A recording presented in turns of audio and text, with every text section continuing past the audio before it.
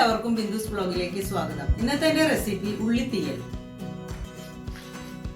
നമ്മുടെ ഉള്ളിത്തീയലിന് വേണ്ടുന്ന കാര്യങ്ങൾ, ഉള്ളിയാണ് വേണ്ടത്. അത് ഞാനൊരു 300 ഗ്രാം ഉള്ളി എടുത്തിട്ടുണ്ട്. അത് ചിലത് വലുതാണ്, അപ്പോൾ ഞാനത് പകുതിയാക്കി വെച്ചിട്ടുണ്ട്. പിന്നെ അതിൻ്റെ അരപ്പിലേക്ക് വേണ്ടത് ഒരു 150 ഗ്രാം നാളികേരം ചെരുകിയത് എടുത്തിട്ടുണ്ട്.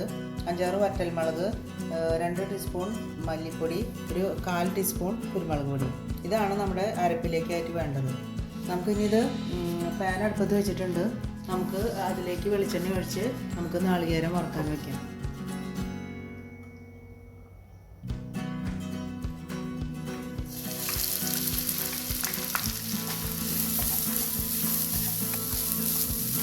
നാളികേരം ഒന്ന് ലൈറ്റായിട്ട് ഒരു ബ്രൗൺ കളറാകുമ്പോൾ നമുക്ക് മല്ലിപ്പൊടിയും കുരുമുളക് പൊടിയൊക്കെ ചേർത്ത് കൊടുക്കാം.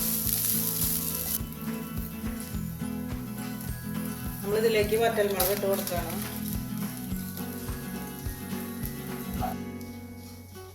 നമ്മളതിലേക്ക് എടുത്ത് വെച്ച 1 ടീസ്പൂൺ മല്ലിപ്പൊടി ഇട്ട് കൊടുക്കുകയാണ്. അതിനുശേഷം 1/4 ടീസ്പൂൺ കുരുമുളക് പൊടി. ഇത് ഒരുവിധം നാളികേരം ബ്രൗൺ ആയിട്ടുണ്ട്. ഇനി നമുക്ക് ഗ്യാസ് ഓഫ് ചെയ്തിട്ട് നമുക്കത് ചൂടാറാനായിട്ട് വെക്കാം. നമുക്ക് നാളികേരം ചൂടാറാനായിട്ട് വെച്ചിട്ടുണ്ട്. അത് ആ നേരം കൊണ്ട് നമുക്ക് ബാക്കിയുള്ള കാര്യങ്ങൾ നമുക്കിനി പാൻ അടുപ്പത്ത് വെച്ചിട്ട് കടുക് പൊട്ടിച്ചിട്ട് ഉള്ളി വഴറ്റാൻ വയ്ക്കാം. ഞാൻ അതിലേക്കായിട്ട് എടുത്തിരിക്കുന്നത് കടുക്, 1/4 ടീസ്പൂൺ ഉലുവ, വേപ്പില, പിന്നെ ഒരു ചെറിയൊരു കഷ്ണം പുളിയാണ്. പുളി വെള്ളത്തിലിട്ടിട്ടുണ്ട്. പിന്നെ 2 ടീസ്പൂൺ ശർക്കരപ്പാനി എടുത്തിട്ടുണ്ട്. ഇനി നമുക്ക് പാനിലേക്ക് വെളിച്ചെണ്ണ ഒഴിച്ച് കടുക് താളിക്കാം. അല്പം വെളിച്ചെണ്ണ ഒഴിച്ച് കൊടുക്കണം.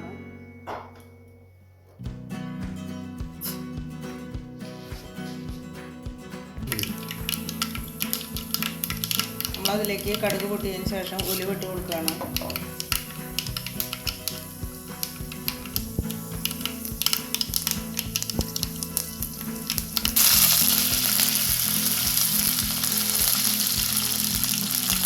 അതിനുശേഷം നമ്മൾ എടുത്ത് വെച്ച ഉള്ളി അതിലേക്ക് ഇട്ട് കൊടുക്കണം.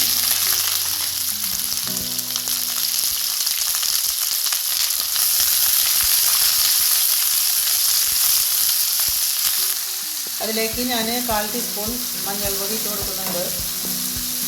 പിന്നെ ഒരു പിഞ്ച് കായപ്പൊടി.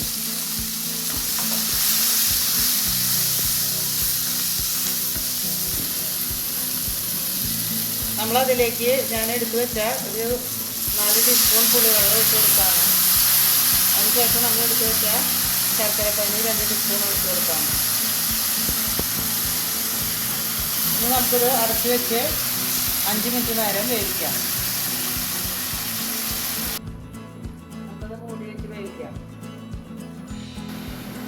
നമുക്കിനി അരപ്പ് മിക്സിയുടെ ജാറിലിട്ട് ഒന്ന് നന്നായിട്ട് പേസ്റ്റ് പരുവത്തിൽ അരച്ചെടുക്കാം.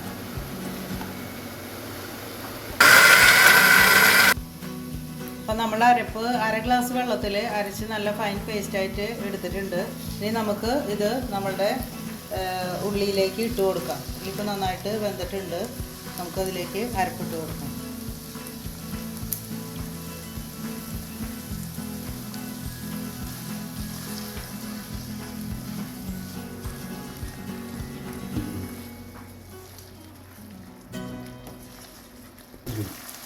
അല്പം ഉപ്പിൻ്റെ കുറവുണ്ട്, ഉപ്പിട്ട് കൊടുക്കാം.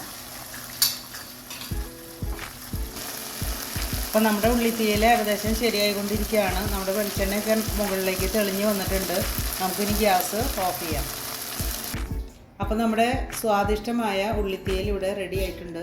ഈ വീഡിയോ ഇഷ്ടപ്പെട്ട എല്ലാവരും ലൈക്ക് ചെയ്യാനും ഷെയർ ചെയ്യാനും സബ്സ്ക്രൈബ് ചെയ്യാനും മറക്കരുത്. അപ്പോൾ അടുത്തൊരു വീഡിയോയുമായി വരുന്നവരെ ബൈ ബൈ.